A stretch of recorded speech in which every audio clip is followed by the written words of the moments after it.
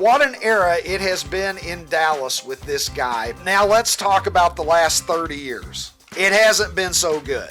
And so comes to a close the Micah Parsons era in Dallas, Texas. 30 years. The Dallas Cowboys have not been to an NFC championship game. That is the longest drought in the National Football Conference. Just don't think that Jerry can set his ego aside and do what is best for the Dallas Cowboys when push comes to shove. Let's begin today with a story that broke while we were live on this program. Micah Parsons being traded by the Dallas Cowboys to the Green Bay Packers for 2 first-round picks and Pro Bowl defensive tackle Kenny Clark. And it certainly was a surprise. The Packers wasting no time coming to terms on a 4-year, $188 million deal with the superstar pass rusher. And so comes to a close the Micah Parsons era in Dallas, Texas, and a lot of people shocked by it. And Jerry Jone addressing the media yesterday, we're going to get to that in a few moments, but Jerry Jone, man, what an era it has been in Dallas with this guy. Buying the team, coming in 1989, firing Tom Landry, who had been an institution there practically 30 years as the head coach of the Dallas Cowboys, multiple-time Super Bowl champion. And Jerry Jone discarded him and brought in his old buddy, Jimmy Johnson.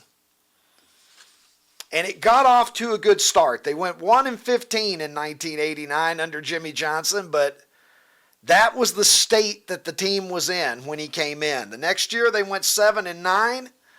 By the third year of the Jimmy Johnson, Jerry Jone alliance, the Cowboys were 11-5, made the playoffs.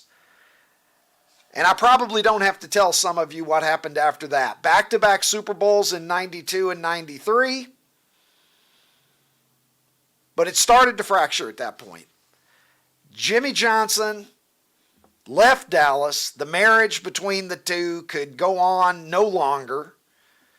Not enough room for both of those egos in the same organization, in the same building. And so Jerry brought in Barry Switzer, another buddy, to take over from there. And Barry Switzer got him a third Super Bowl 2 years later in 1995 with Jimmy Johnson's players. Jimmy only got to hoist 2 of the Lombardis, but let's be honest, the third Lombardi is more Jimmy's than it is Barry's. Barry Switzer was the steward of what Jimmy Johnson had built, and in the first 7 years of Jerry Jone being the owner of the Dallas Cowboys, 3 Super Bowl championships, an appearance in the NFC Championship game, another playoff appearance. It was a hell of a start. But now let's talk about the last 30 years. It hasn't been so good, my friends. 30 years. The Dallas Cowboys have not been to an NFC Championship game. That is the longest drought in the National Football Conference. Every team, even my sorry-ass Bears, have been to a Super Bowl in the interim. The Cowboys, the flagship franchise of the NFL, America's team, can't even get to the NFC Championship game over 3 decades with Jerry Jone pumping money into it like a wild man. See, here's the thing. I've always believed that if you are a fan of any franchise, any sport, the number one thing that you want in an owner is an owner who prioritizes winning and who is willing to open the purse strings to do that. Say whatever you will about George Steinbrenner, and there are many criticisms that can be levied fairly at him. George Steinbrenner wanted to win. All he cared about was winning, and I believe that Jerry Jone has an equal appetite for winning. I really do. I just don't think that Jerry can set his ego aside and do what is best for the Dallas Cowboys when push comes to shove. God only knows how many Super Bowls they could have won in Dallas if Jimmy Johnson had stuck around for another decade. They might have been the Patriots before the Patriots. But we'll never know because Jimmy had enough and Jimmy left. And Barry Switzer had some fun with what was left over for a couple of seasons, but we have seen what has happened now for 30 years. And Jerry Jones is 82 years old. And if you listen to what Jerry Jones says publicly, the thing that he wants more than anything else is to win and to bring at least one more Super Bowl to the Dallas Cowboys before he leaves this earth. This is what he says means everything to him. So why at age 82 would you fumble the contract negotiations with a generational defensive anchor so casually?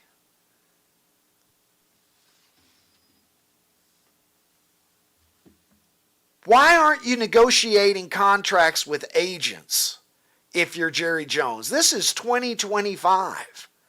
This isn't the Wild West where we sit down and have a sarsaparilla in a saloon somewhere, come to an agreement, spit on our hands, shake, and call it a done deal. When $188 million is at stake, of course the player's going to want his agent involved. Wouldn't you? Any of us, when I negotiated my deal with OutKick, it was done through my agent.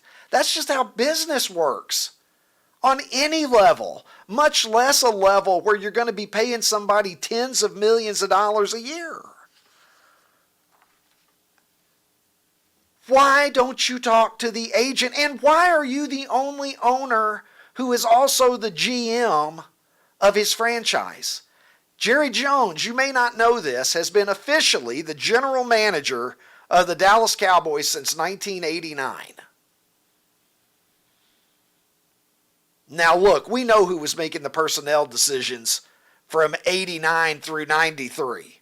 Jimmy Johnson was figuring out what to do, and Jerry was saying, that's a very good idea, Jimmy.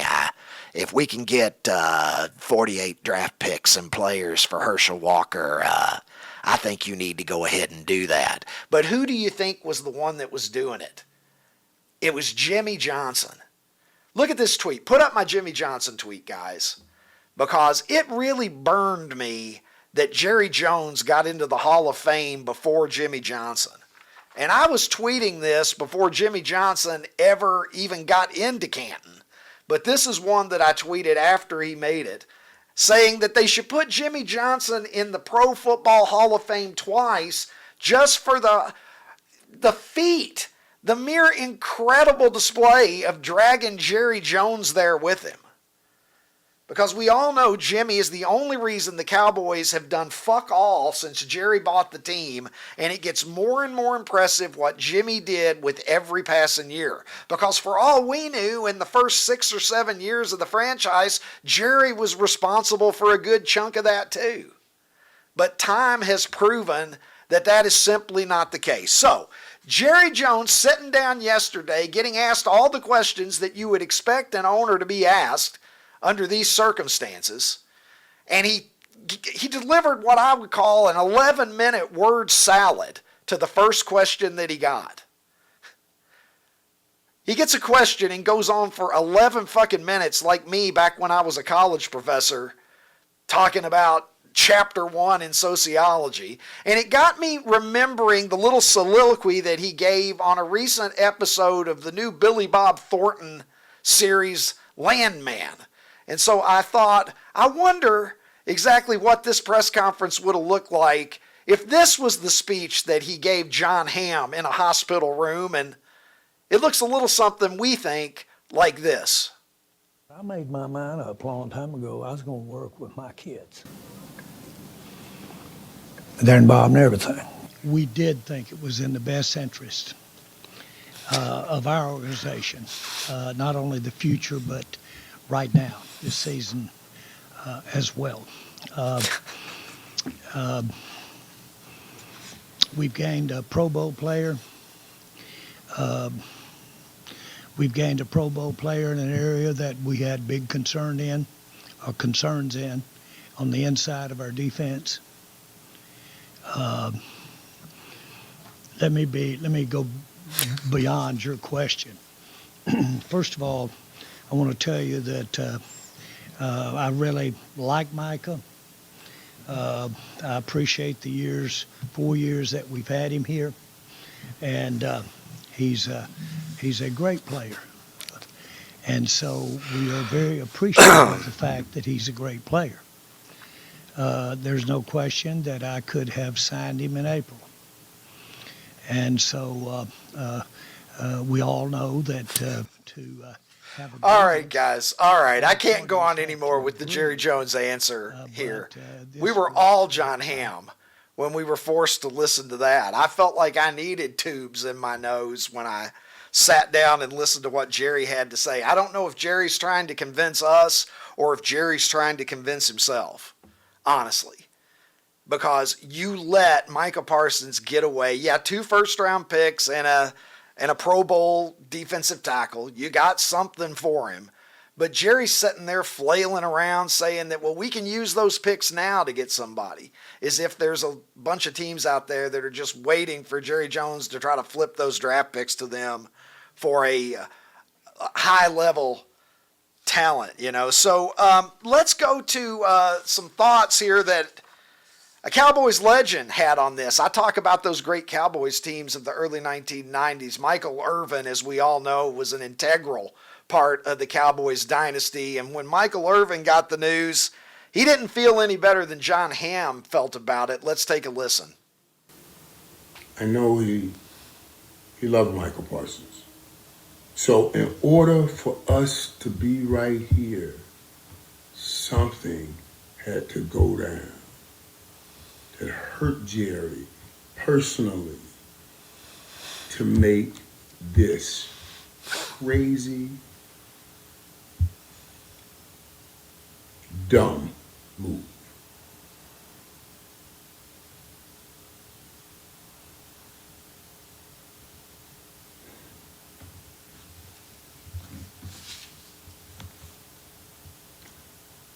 The Gambler and his Cowboys is the series that is out right now. This is a gamble the gambler should not have taken. Michael Irvin sounds like he's about ready to go to a funeral with his words on this. And he's talking about something must have really hurt Jerry. Back to Jerry's ego. The ego again. The ego ran off Jimmy Johnson.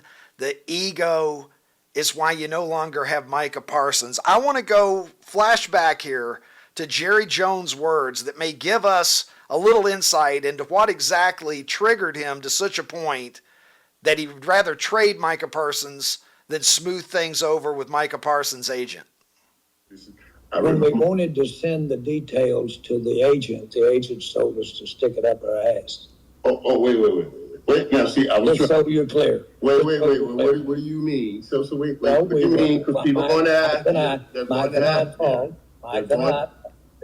I talked, and then we were going to send it over to the agent.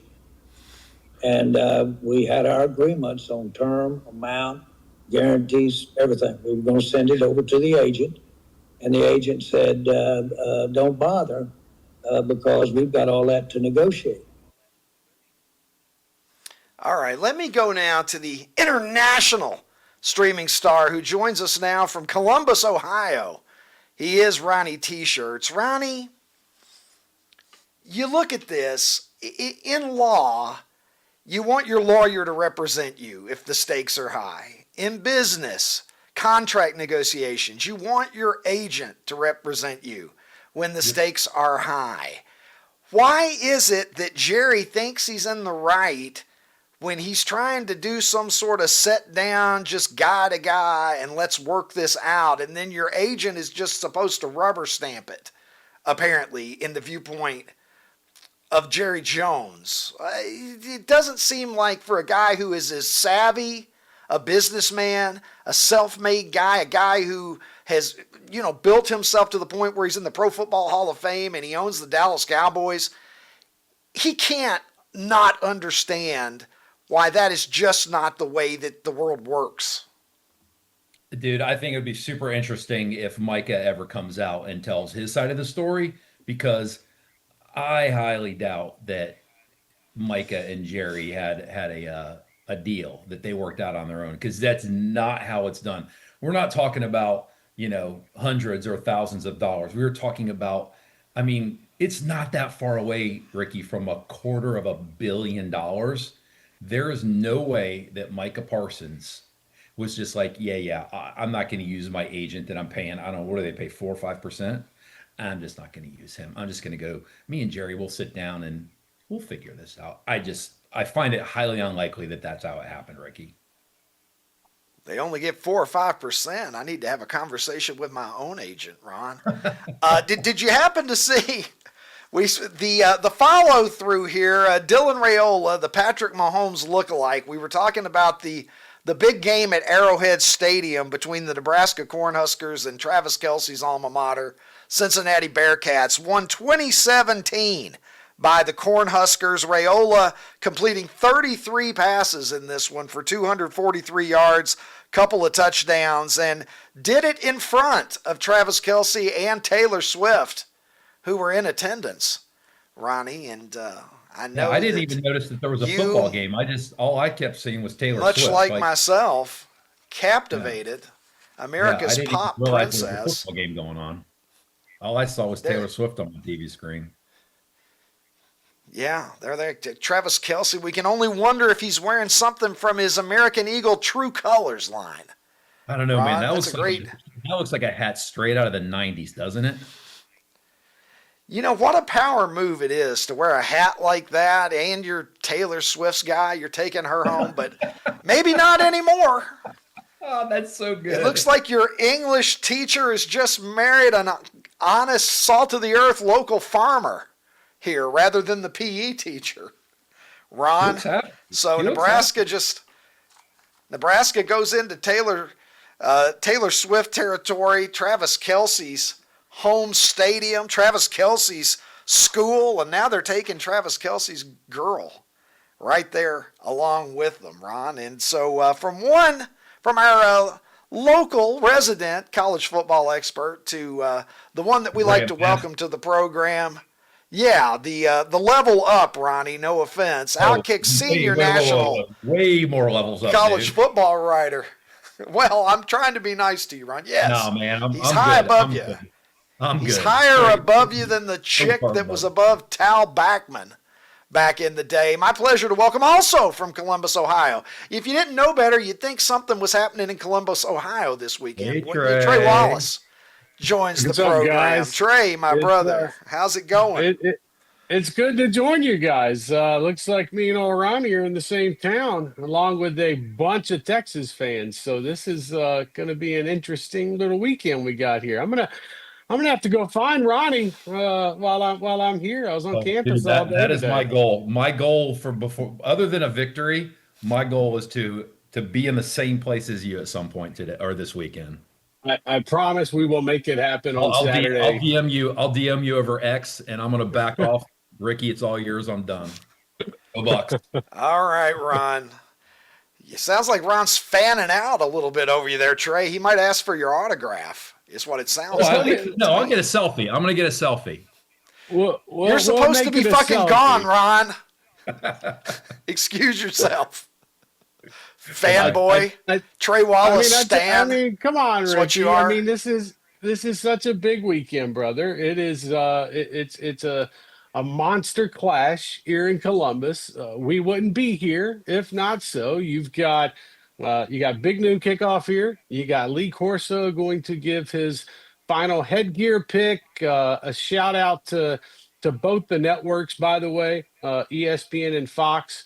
They are going to simulcast the headgear pick. So Fox will use ESPN's feed, and then they're going to do one from inside the stadium where Ohio State is going to have their own feed to show it as well. So this is a big weekend, even outside the football, and I'm jacked to be here. Well, the atmosphere around this one, man, where does it rank for you among early season matchups that you've seen during your career? I got to imagine that it's already a palpable energy there, and by the time we get close to kickoff, it should be electric. Yeah, no, it is. I think I was talking with somebody about this last night. It probably Georgia played Oregon. It was my first year with OutKick, so 4.5, 5 years ago. They played them in Atlanta, and that was one of those games where you were like, okay, this is big time. I will say the difference in this one is we're playing this on campus. This is not a neutral site venue. These are going to be home and home. Ohio State's going to go to Austin next year.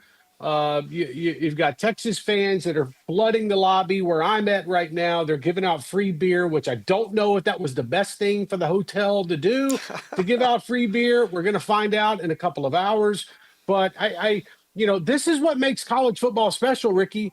When you can, when you're not playing, and I have no offense to the teams playing in Atlanta, Orlando, Charlotte, you name it. I can go down the list, Dallas and whatnot, and how they've done. But man, this is going to be very, very special in Ohio State, and especially the season opener. Like, come on, man. Usually we have to wait for the playoffs for something like this, and now we're getting into the season opener. So it is going to be fascinating starting tonight when I check in on these Texas fans who are down there consuming free beer right now. Well, how much trouble is Dave Portnoy going to start? Is what I want to know, Trey. I mean, we've been following, this is Texas, Ohio State, but look at Michigan weaseling there now. What do you make of the kerfuffle that has gone on around this, and what do you expect from the Barstool CEO? I think it was, we're both professional wrestling guys, and I think they leaned into the entertainment a little bit. This was known 2 weeks ago, by the way, and it just so happened to break 2 days before. We like to call that in the business, you're getting the television rub out of this. And I think that's what they were hoping for in Big Noon. And by the way, I mean, Big Noon is already a fun show, and by the way, they're also leading right into the Fox coverage, which is great. I think, look, there's going to be times tomorrow where folks that are Michigan haters are going to be very pissed off with a lot of what Dave Portnoy says. At the same time, you're going to have fans of college football that are like, all right, keep it up. Attack Ohio State. Keep going at him. Like, Dave Portnoy doesn't care about Texas, but he damn sure cares about Ohio State. Sorry, Ronnie, but for what's happened over the last number of years with that rivalry, Michigan has a right to kind of to wave the hands in the air like you just don't care. Don't disagree, Trey. Yeah. And Dave Portnoy is going to bring something different. It's not going to be Pat McAfee style. Don't expect that if you're a college football fan and you're tuning into both of these shows tomorrow.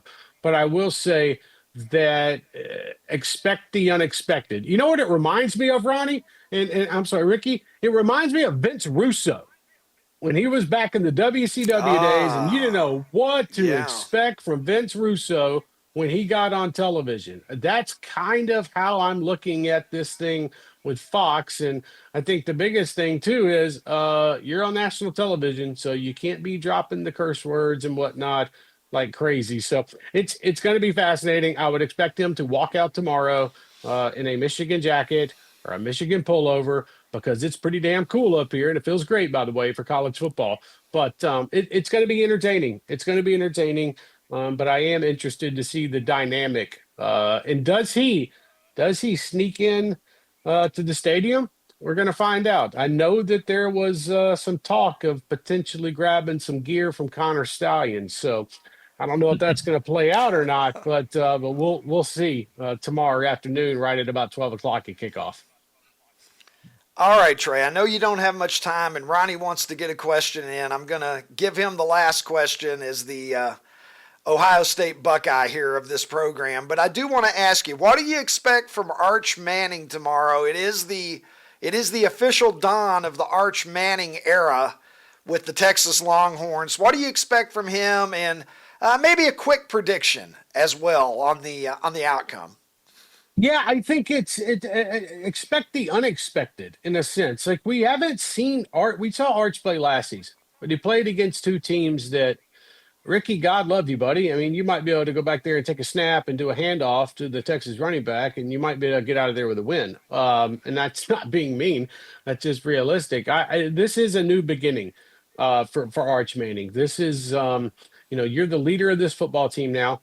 It was always going to be last year. Once Quinn Ewers was healthy, he was going to be back in the game and starting. I like the way that Arch Manning has kind of downplayed the preseason, talk around him. He pretty much said, "Look, I don't deserve it. I haven't done anything yet. I don't know why you got me on the Heisman list and all these AP top, All-American selections preseason and whatnot."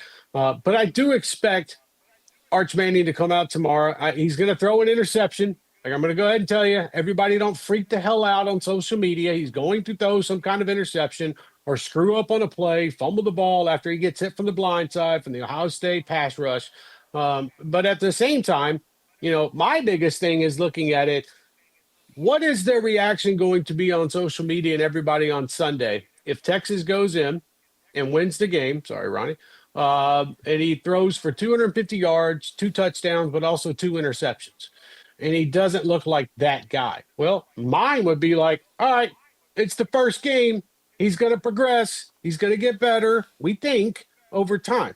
The other side of it is, does the world go batshit crazy if he comes out in the shoe tomorrow, throws for 350 yards, 3 touchdowns, no interceptions, and still leads Texas to a win, per se, and maybe no interceptions. And I think there's a dynamic, a different dynamic here that's going to come out after the game tomorrow. And if they lose, guess what? It's not the end of the world. And I said the same thing for Ohio State. This is the best part about having this game is the first game of the season.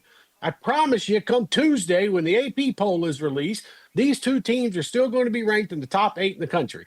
And I think that's one of the best parts about this one for tomorrow is you can go out there, you can leave it all on the line.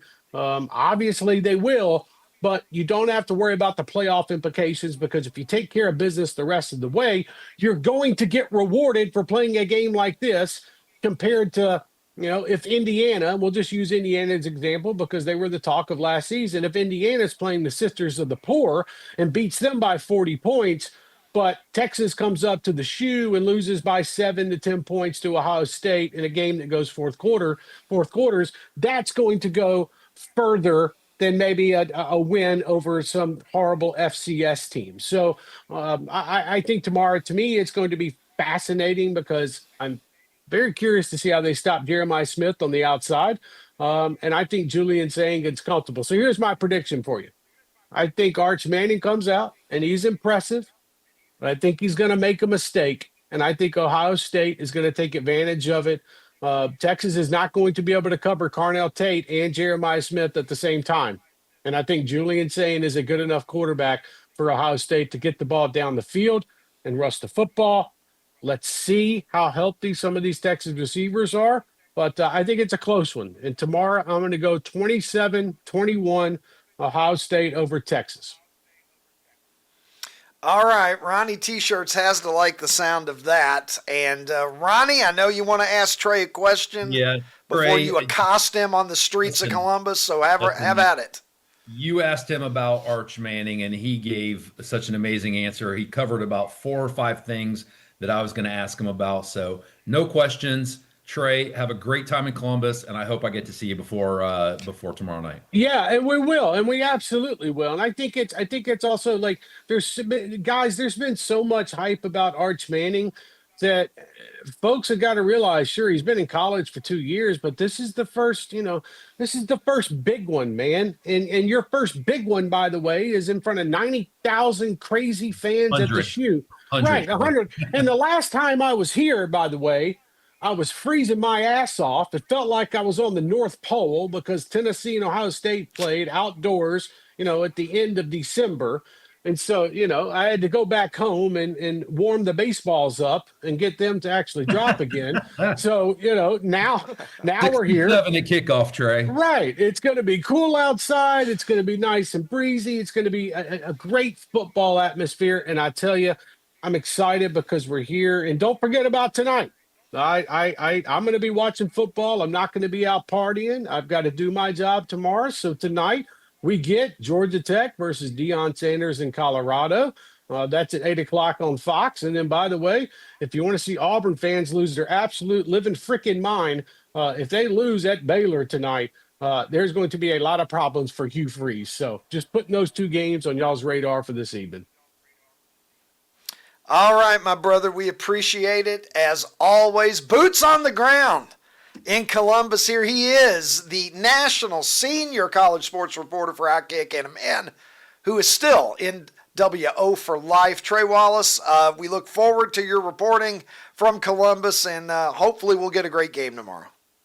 I hope so as well. I appreciate you guys having me. I hope you have a wonderful weekend, and you can catch me tomorrow at 11:55 on Fox News as we get prepared for the big showdown between Texas and Ohio State. You guys have a good weekend. Be blessed. All right. See you later, Trey. All right, my brother. We won't miss it. And folks, Fox is proud to announce the release of a new streaming service, Fox One. On Fox One, you can stream all your favorite live sports. That means the NFL, college football, MLB postseason, NASCAR, and a lot more. The NFL season is upon us, and I'll be catching all the big games on Fox One, and I hope that you will too. You can download the Fox One app onto your favorite device or your smart television today, and that's all there is to it. You'll be locked and loaded. Fox One, we live for live. Streaming now.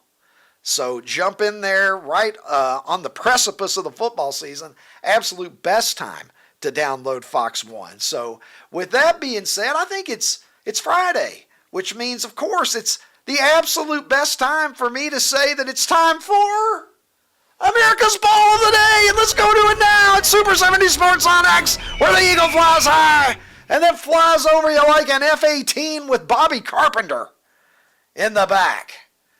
That's what I say. I don't know. If you've been watching the show recently, that would make sense if you had. We like to do callbacks on this program. And Championship Friday, of course, is the ultimate callback that we do on this show because we look back to the winners of the Why Not poll on Super 70 Sports, a.k.a. America's Poll of the Day. And they square off with a chance to advance to the second Why Not tournament. So let's take a look here at the contenders, Ronnie. We've got ice cream sandwiches, 1980s boxing, Peanuts, the Charles M. Schulz comic strip, not the nut that you might enjoy on a, well, you can't have them on airplanes anymore, Ron. Might kill somebody. And then lastly, we have the Ryder Cup. So break it down for me, Ronnie. T-shirts as only you can. Fascinated to know what you think I'm going to pick here. Ooh, okay. Yeah. So Peanuts. I know it's one of two. What? Tell me what it is. Tell me just what. You're either going to take ice cream sandwiches or 80s boxing. All right. And if you had to gun to your head, which one do I pick? Ice cream sandwiches. No, dude. 80s boxing. I absolutely love. Wow, 80s really? Boxing. Yeah. It was. Well, I didn't want to underestimate your appetite, Ron. You know, there's plenty of. We're food. Powerful men who need fuel, both of us. There's plenty of food. There's plenty of delicious frozen treats out there, but there's only one 80s boxing. And you know, when the Tyson Jake Paul fight last year, Tyler and I were at a bar, and I just looked at her and I said, "This is what it used to be like." Even though it wasn't anywhere close to the level of boxing, the hype and what the bar felt like, and the buzz in the air. I said, Tyler, this is what it used to be like. Boxing Fights that your mother knew about. That was always my barometer. If my mom knew that a fight was happening, you knew that it had gotten into the bloodstream of the culture. Yeah, and that doesn't really happen now. You know, it really doesn't. Canelo Alvarez and Terrence Crawford, the average casual person who used to like boxing probably isn't even aware of it. Yeah, I'm not. And I really am not. But it was just, it only happened once or twice or maybe 3 times a year if you were lucky, that where there's a huge prize fight. And it was just, the buildup was amazing. It was 80s boxing is, 80s boxing is going to win a lot of polls for me. So I'm going 80s boxing. It's pretty good shit. All right. Well, you know, there was a lot more boxing on free TV back then too. You'd have a some sort of championship fight on Wide World of Sports. Marv Albert and the Fight Doctor Ferdy Pacheco would be on NBC, and so you got a lot. CBS had boxing. Let's bring in producer Tim right now. Tim, you know the winners from Monday through Thursday here. You've heard what Ronnie has to say about 80s boxing. What are your thoughts on the menu that is before us? Left, left, body blow, left, knock him out. Oh, wait, you guys can see me? I didn't realize I was going to be able to be on camera. Great. Look at that. Holy I didn't realize that you were coming on like you had testified against John Gotti or something, or you were spilling the beans on the crime families there. Good to see you, Tim. Good to see you too, bud. Yeah. Sorry for the little slate there. I didn't think you'd see my handsome ass on screen here. Listen, Ryder Cup, Ricky, despite it being one of our biggest clips so far on the new YouTube channel, which people can sign up for, the Ricky Cobb Show, all one word. Yeah. Probably should mention that at some point. Peanuts, 80s boxing, I'm with you guys, but it's not going to get my vote because even though I was a Carvel kid growing up, there's just nothing like a delicious ice cream sandwich, slightly melted. With your coffee. And if it's the real deal, it's runny. It can't still be frozen. So that's what you got for me. All right. Yeah, runny. See, that I like the ice cream to be firm, Tim. I want it to be real firm. As long as I can get my teeth through it. She said. Well, are we still talking about ice cream? All right. Ice cream sandwiches for me, honestly, I used to like them when I was a kid. I still will enjoy one once in a great while, but it's pretty clearly my number 4 here. 1980s boxing is right in my sweet spot, man. As I said, KO Magazine, World Boxing, and Ring Magazine. I would purchase all 3 of those every month. I used to have boxes out in the garage with just stacks of boxing magazines. So I loved some 80s boxing. Peanuts, however, as I've said, I'm a big-time Peanuts guy. I've been to the Charles Schulz Museum. I've got a whole bunch of Peanuts books on my bookshelf. And then the Ryder Cup, I do love the Ryder Cup. So those 3, this might be the hardest Championship Friday for me personally ever. There is no way that I can go forward here feeling great about my decision, but I too am going to have to say 1980s boxing. And that is hard for me to say when Peanuts and the Ryder Cup are both up there, but well, we can vote here, Ricky, but I'm not quite sure you understand how nice this thumbnail is today. That is a good looking thumbnail. I have to say there, Jerry is so right about that. That's the one thing that Jerry's gotten right this week. He looks constipated. Yeah. That feeling when you're 82 years old, have more money than God, and still won't pay your best player.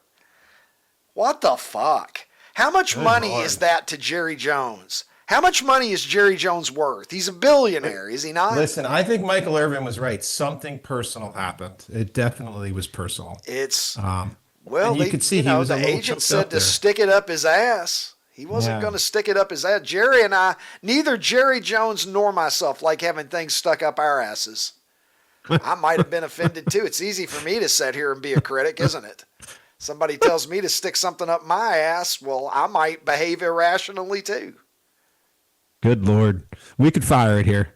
I have not seen the results Let's today. fire it, shall we? Yeah. This is going to be I don't know the results clip either. On the new YouTube channel. Standalone All clip. right. God bless us all. Glad my bald head was in it.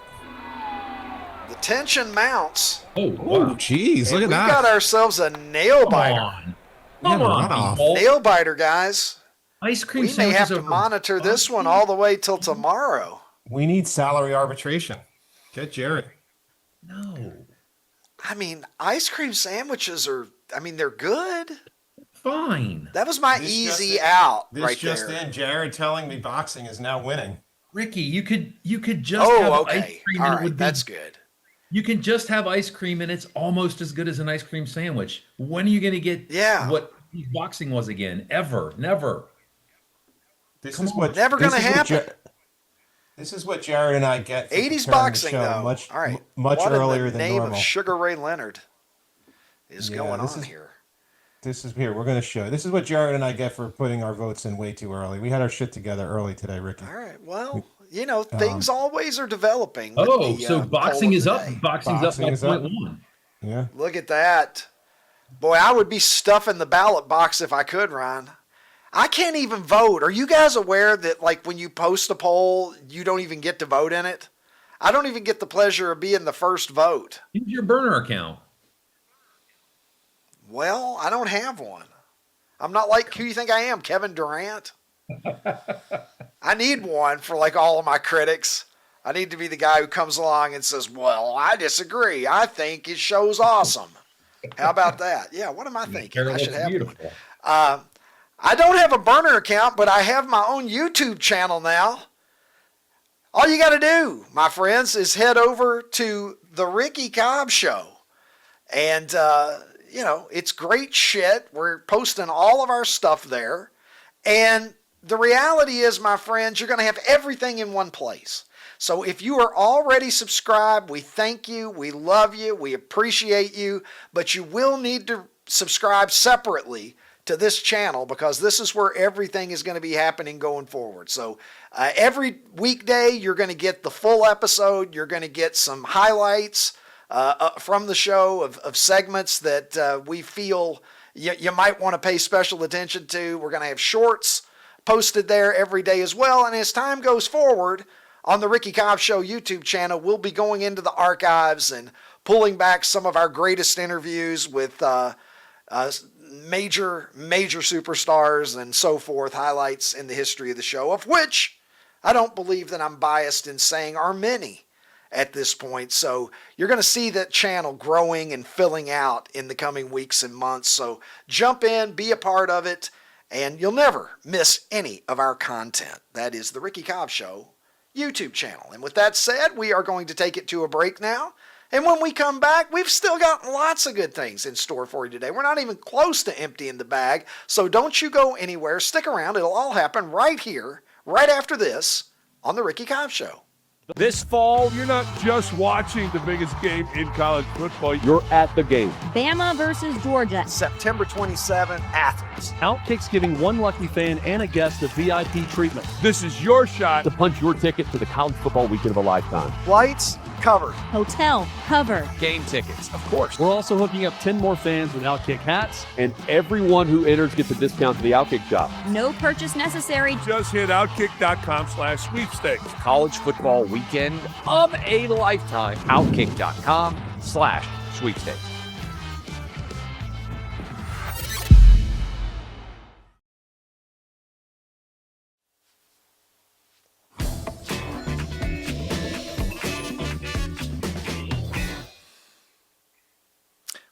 Welcome back, my friends, here on a Friday afternoon in Chicago. Can you smell that? It sounds like somebody's cooking up the weekend around here, and it smells mighty good. And we welcome our friends from Facebook as well, who are joining us now. It's been a good program. You'll have to go back. Don't take my word for it. Once we're done here, go back and catch the parts that you've missed, my Facebook friends. But good stuff here left, and I'm wearing my Earl Campbell jersey today, and I'm wearing it in honor of a little segment that we're about to do on the new Nike NFL Rivalry jerseys. But before we get there, I would like for us to hop in the Ricky Cobb Show time machine and reflect back on a different world when once people went to NFL games and didn't wear jerseys. Can you imagine that? And man, there's nothing like old school photography, is there? Look at how clear the background is of those fans as you look over Bart Starr's shoulders and you look past Jim Taylor there waiting in the backfield. Not one jersey in the crowd. They look like they could be at the fucking Kennedy inauguration. You wouldn't even know what it was. They're dressing, man, that's how people dressed. Back in the day, jerseys weren't a thing, and then they became a thing. And look, I'm a jersey guy. I've got a lot of jerseys hanging in my closet. But it's the most normal thing in the world now, but it's a little reminder of how culture changes. And one way that the culture has changed since I was a kid is like, when I was 8 or 10 years old, this was the Houston Oilers home jersey. This is what they wore. Now, of course, we're seeing alternate jerseys. And in Major League Baseball, we're seeing City Connect jerseys. And we're seeing pretty much any excuse for alternate jerseys that we can see. The NBA, I don't even know what the fuck's going on anymore. A friend of mine, Travis, he has a jersey that he made himself. It's orange and purple Zubaz. You remember Zubaz? That pattern? And it says Fart Town on it because I once tweeted that was probably going to be the Boston Celtics' next alternate jersey. Doesn't even need to be the same color as your team in a lot of instances. So Nike is getting a little crazy right now in the NFL.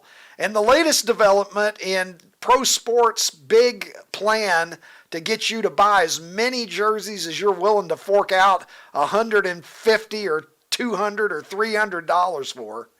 We've got the all-new, what's being called the rivalry jerseys. 8 teams this year will be wearing rivalry jerseys. It is every team in the AFC East and every team in the NFC West. So those are the 8 teams. And so Jared, PA Jared, the greatest PA in the business, and Ronnie T-Shirts and myself decided that it might be fun if we went through and we looked at each one of these rivalry jerseys, many of which are being crucified on social media, and we rate each one of them 1 to 10 as if we're at the 1988 Gatorade NBA Slam Dunk Contest. As if Al Jarreau beatboxed for Ronnie T-Shirts the night before. I can't remember what year it was, Ronnie, that you were in Chicago. 88. Was it still 88. Okay. Was it still the Gatorade then? I think it was. So, all right. So what we're going to do, Ronnie, is we're going to pull up these jerseys one by one. We're each just going to give a quick take of what we think and give our rating from 1 to 10 on what we think of it. So let's go ahead and pull one up here, Tim, and we'll get started. And we're going to start with the Buffalo Bills. What did you say? Here. 1 to 10? Icy. 1 to 10, Ron. 1 to 10, yes. Okay, so since that is correct. 1 to 10, I'm going to give it a 13. Holy crap, that's badass, dude. That's so cool. Tim, you can't count the additional 3 that he's trying to stack the deck with, but that is a strong endorsement. Wait, you know what this reminds me of? T-shirts. George Gervin Nike Iceman poster. It's pretty sweet, dude. I will have to say. They're gorgeous. And again, I've already told Jared earlier that I think I'm going to be the curmudgeon of this exercise because there's a bunch of these that I don't like. I'm going to give this one an 8. 8 out of 10 for me. Ooh. Boo. Yeah, if we can give the extra 3 points, if we were to count that, this is the one to do it. This is one of the greatest jerseys I've ever seen. Giving out a 10 is rare. I'd say like the Seahawks throwbacks, maybe the Broncos throwbacks. There's not many other ones. This is going in the rafters for me. This is easy 10. All right. 2 10s, and I'm the judge from Slovakia or Russia. It was the Russian judge that used to fuck everybody over back in the day. I'm just like the little lady from China who just holds up an 8. It's not as good as their regular jerseys. That's why I couldn't go higher than 8. Yeah, I don't think that's my defense. All right. Well, I don't think. All right, who's next? Wear this every game. It's just they're alternate. It's so badass. Would you give their regular jerseys a 14? Do you think they're better? No, but I don't. If you give them a 13, they should wear them all the time. Special. You don't use your fine china every night for dinner. The fine china comes out once in a while, Ricky. That's what those jerseys are. They're the fine china of jerseys. All right. Does that make the creamsicles the fine china of the Buccaneers nowadays? Absolutely. Here's the New England Patriots, who are next. And this one is has throwback vibes. When I first saw it, I thought it looked, like almost like something that they could have worn back when they were in the AFL as the Boston Patriots, aside from Flying Elvis on the helmet rather than Pat Patriot. What do you fellas think? I mean, it's so. You know what I like about it, Ricky, is what you said. It's simple. Like it's simple, and I like it. I'm gonna give it a 7. It's simple, and sometimes simple is good. And I like. I'm going to echo that. Very well said. I said 7 too. Very well I think said. I think it's All pretty right. close. Well, somebody's going to cash in on the slot machine today, boys, because I also give it a 7. There we go. So how about that? Yeah, any blue with We're in red agreement. for me usually works. I wouldn't put it in the highest tier, but yeah, it's definitely better than some of the other ones we got in this division, like in New York and Miami. Well, you will appreciate it more when you see some of the others, I would say, to our viewing audience. Such as the New York Jets right here. Yeah, we got a weird number font. There's a lot of black there. They almost look like they're getting ready to do a heist or something. Doing too much. I'm giving this a 4. You can barely see them. I am going to give it a not very high mark either, Ronnie. I'm going to give it a 2. Oh, wow. So, Ronnie, how do you see this one? I think I kind of like it. I'm going to give it a 6. Like, I don't love it, but I'm going to give it a 6 because it's not like they added black. They just went black. And so I kind of respect that. That's just such an easy thing to do, though. Black for the sake of black. We're going to see more of it in some of these that are coming up as well. I know, but there's something about this. It looks ominous. I kind of like it, Ricky. Well, it's going to look ominous every time Justin Fields is under center this year, Ron. You're going to get plenty of it no matter what color uniforms they're wearing. So predictable. Who's next? Who's next? As the barber in Coming to America was fond of saying. All right, we're going to round out the AFC East with Miami here. These are the Dolphins. Take my word for it. You've got the same Dolphins logo on the side of the helmet. It doesn't pop as much because the helmet's black. There's a lot of neon kind of color happening here. I tweeted online, for the Dolphins account, they said that it was, it goes hard. And I said it needs to go hard into a fucking trash can. And I give it a 4 is what I give it. Looks like an XFL team to me. I like the color scheme. I absolutely hate the font that Miami's in, and I hate the font that the numbers are in. I think they could have done a better job. I like the teal and the black, but I just think the fonts are terrible. Yeah, Ron, I'm with you. I think they're trying to do like the block numbers like a lot of the old throwbacks do, but then they tried to give it depth by shadowing, and I just don't like it. Yeah, they didn't do it right. But I like the black base. I think that it works here, and the light colors on the black works here. I'm gonna give it a 6. I gave it a 7 because I like that teal color. But speaking of teal colors, what Seattle usually does, this is a little different, and this was probably my second favorite one. Wait, is that an Oregon Ducks uniform? That's what a lot of people are saying. But first of all, Oregon has great jerseys, and second of all, they tried to do something unique, looking like it has wings on the shoulders. I've never seen anything like that before, and I think it pays off. I give this one a 9. This is the second best one of this whole new thing. I'm giving it a 7. And Jared, saying it looked like an Oregon jersey is not disparaging. It just looks like an Oregon jersey. Yeah, that's fair. Yeah, it just looks like an Oregon jersey. And Oregon has done the thing with the duck wings. So, yeah, that just looks like an Oregon jersey.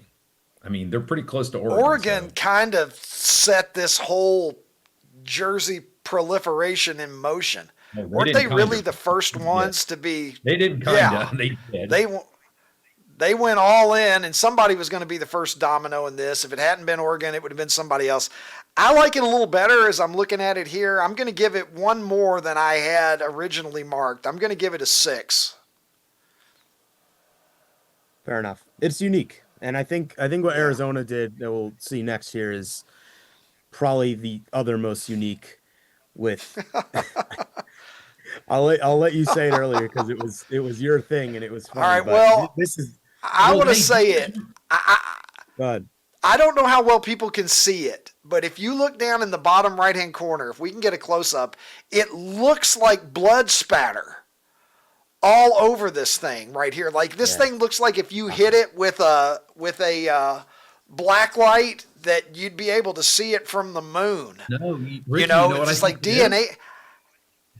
I feel like we're watching Dateline NBC, and this is the murder garment.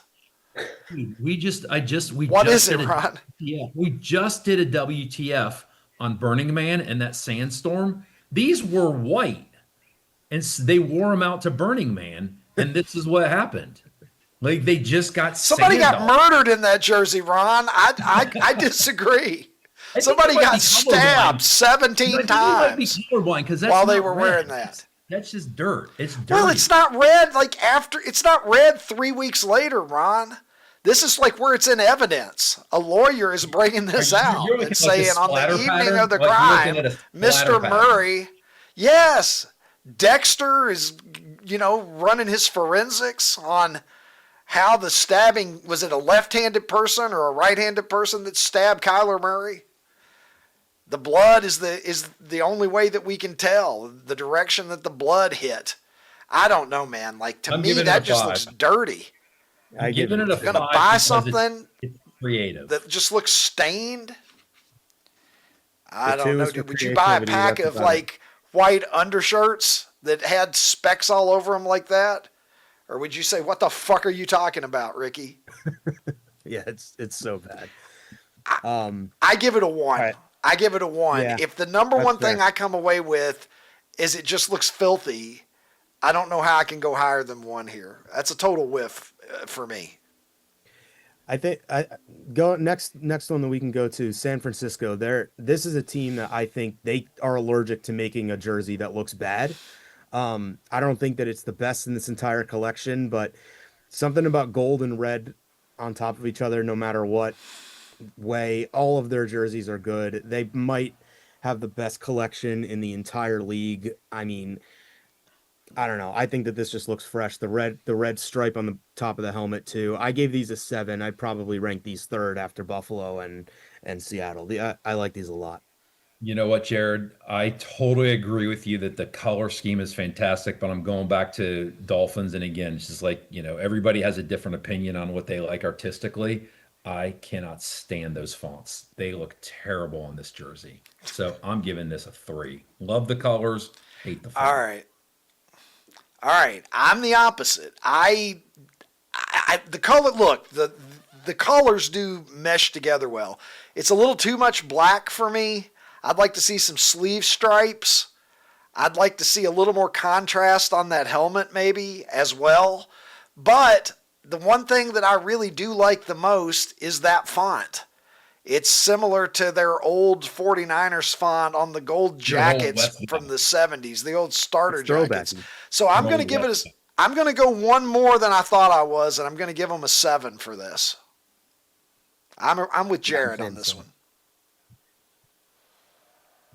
All right, 1 more to go. It's another black. All right, and we'll wrap it up here. Okay.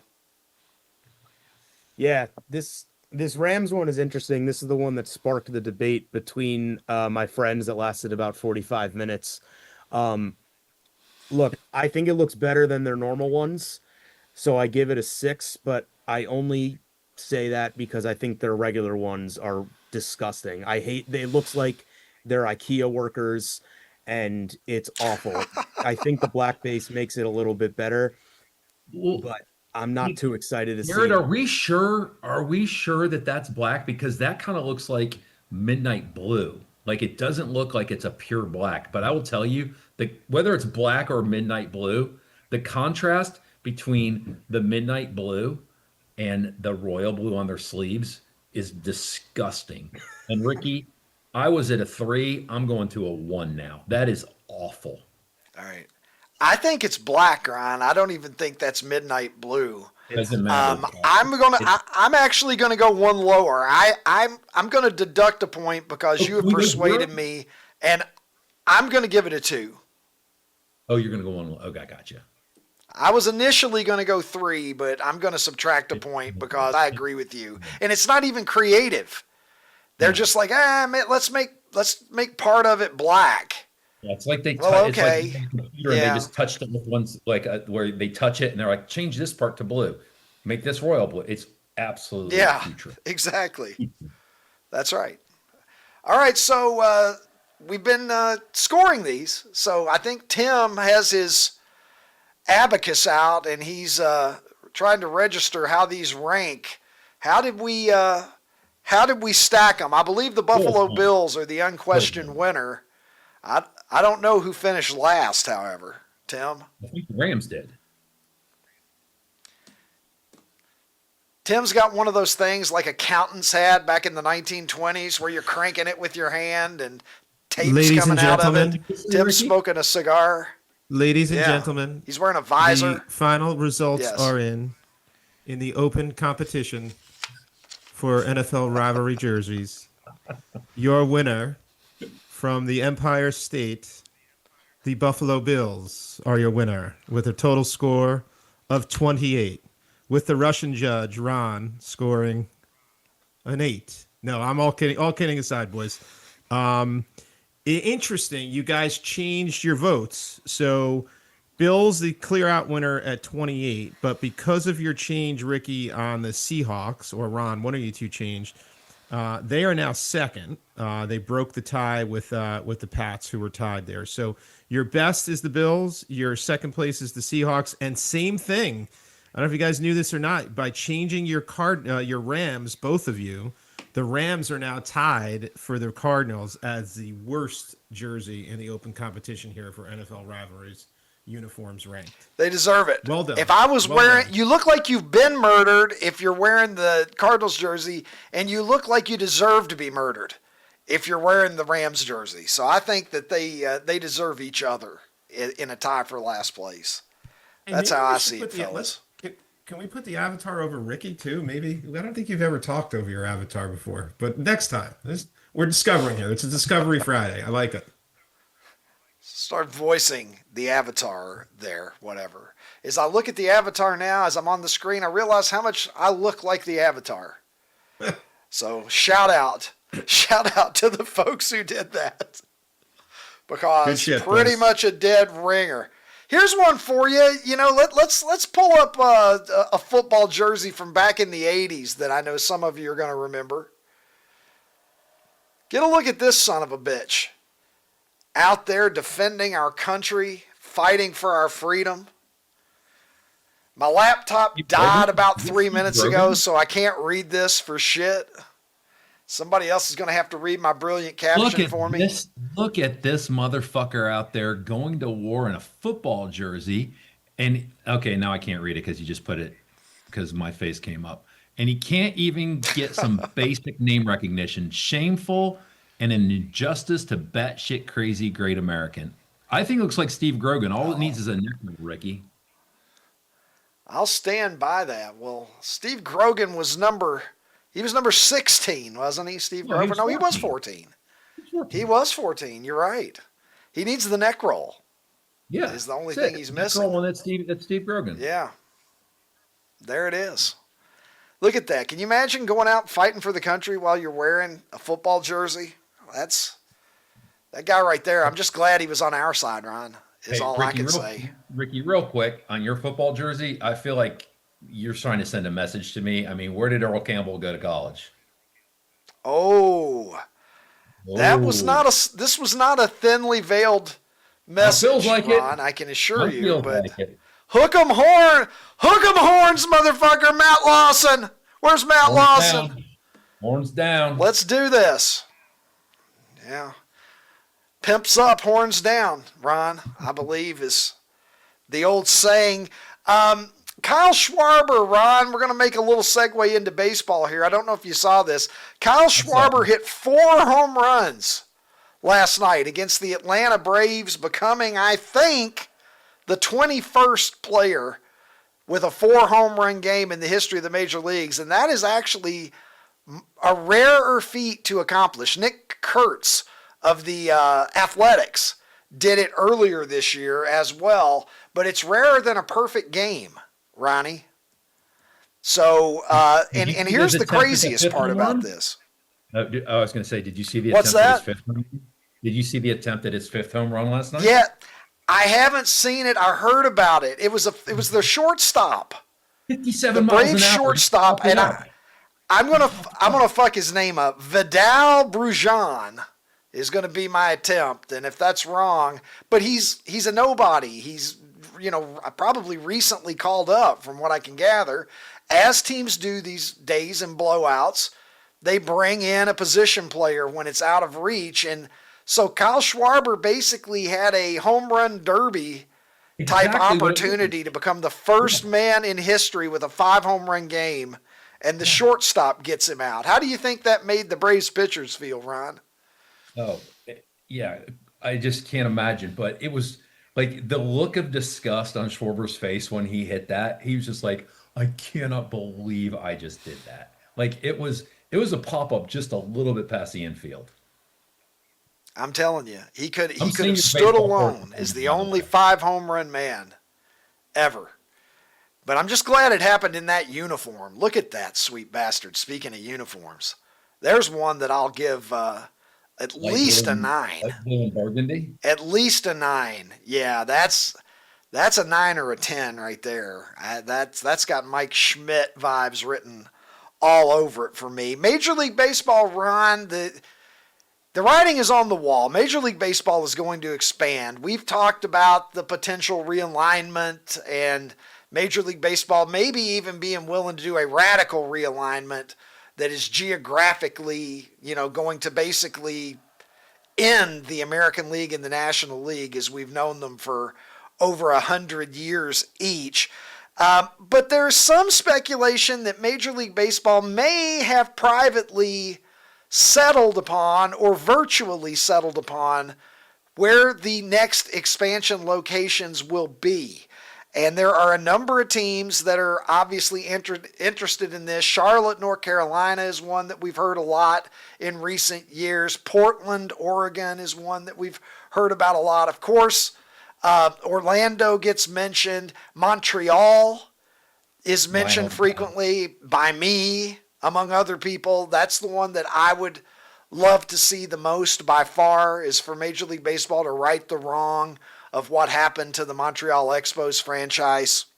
But speculation, if we are to believe it, Ron, is that Major League Baseball is looking hard at Salt Lake City, which, what in the name of Jeff Hornacek is going on there, and Nashville. So, Ron, what happens when Nashville gets a Major League team? Is this like hockey? Is this like Ronnie T-Shirt starts going out to 3 or 4 games and maybe gets a little bit more into baseball than he's been since the 1970s? Nope. I mean, I would go. Not going to happen. All right. Go to a game if somebody invited me. I'll relay that to Rob Manfred. Yeah, no, I only go to hockey games when people invite me. It's never something that we're like, hey, let's go to a hockey game. It's always by invitation only.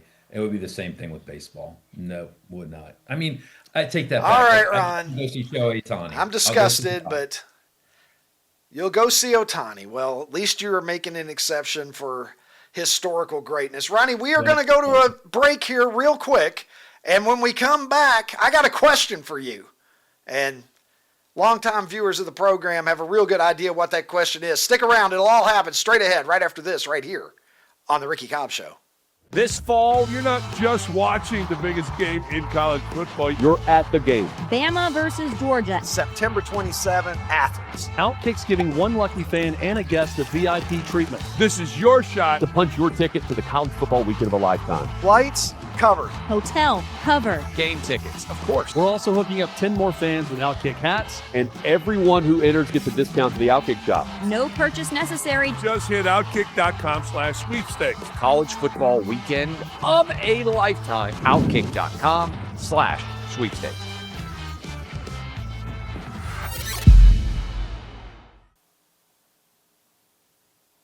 And welcome back to the program, my friends, here as we come down the stretch drive on a Friday afternoon in Chicago. The weekend is upon us. And folks, we want to encourage you to head over to our YouTube channel.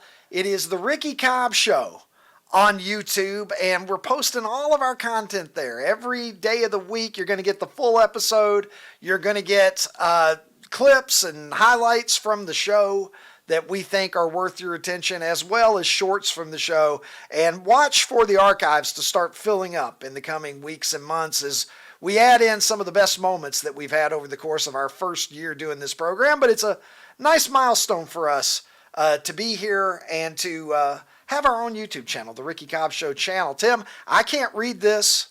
I'm just going to tell you my eyes aren't good enough, so you're going to have to be my eyeballs right now. Yeah, bro. shout out to Golf Maniac.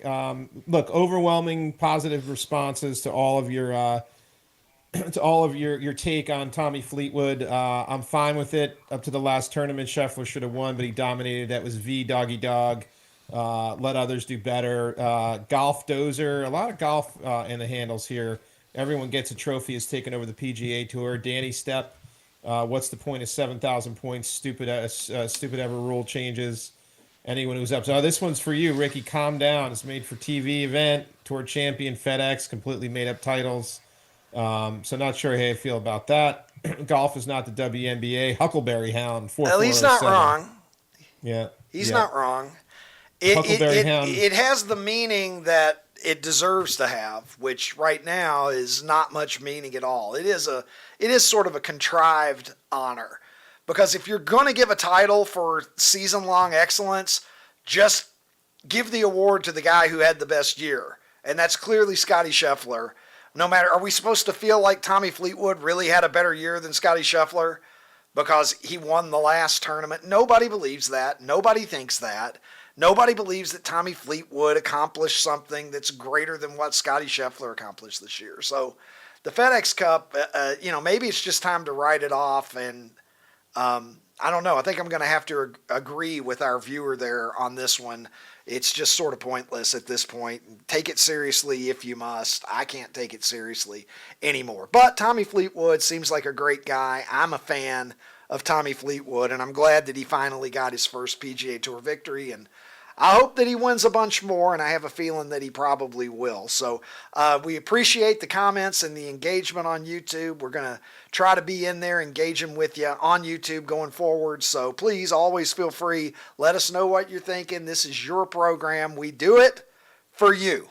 Not unlike Bryan Adams. Everything I do it for you, you sweet bastard. And with that being said, it's time for me to ask Ronnie a question that, well, I've learned from experience, sometimes painfully, that maybe I shouldn't ask it on some days, but I've got to be brave enough to look into the camera, tilt my head slightly, and say, what the fuck, Ron?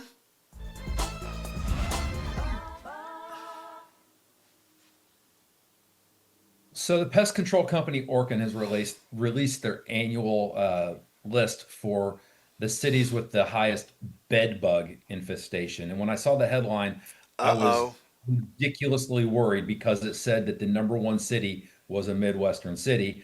And when I saw that, it was yesterday, I knew I was coming to Columbus, a Midwestern city, today, and I'm staying in a hotel in a Midwestern city. And I'm like, oh my gosh, please don't be Columbus. Well, it turns out it wasn't Columbus. I'm going to give you the top five. There's a surprise. Columbus is nasty as hell. We all know it, Ron.